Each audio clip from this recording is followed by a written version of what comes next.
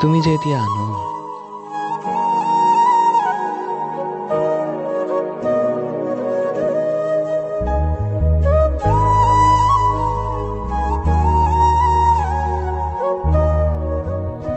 নিজক চম্ভালিবলৈ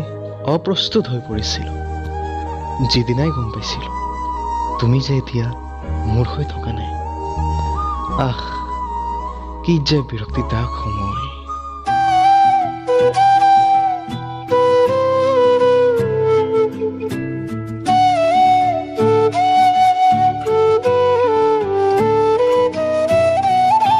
এতিয়া মই অভ্যস্ত হ'ব ধৰিছোঁ লাহে লাহে তুমি বিহীন এখন পৃথিৱীত আকৌ ৰঙীন সপোন ৰচিবলৈ হাবিয়া জগাইছোঁ প্লিজ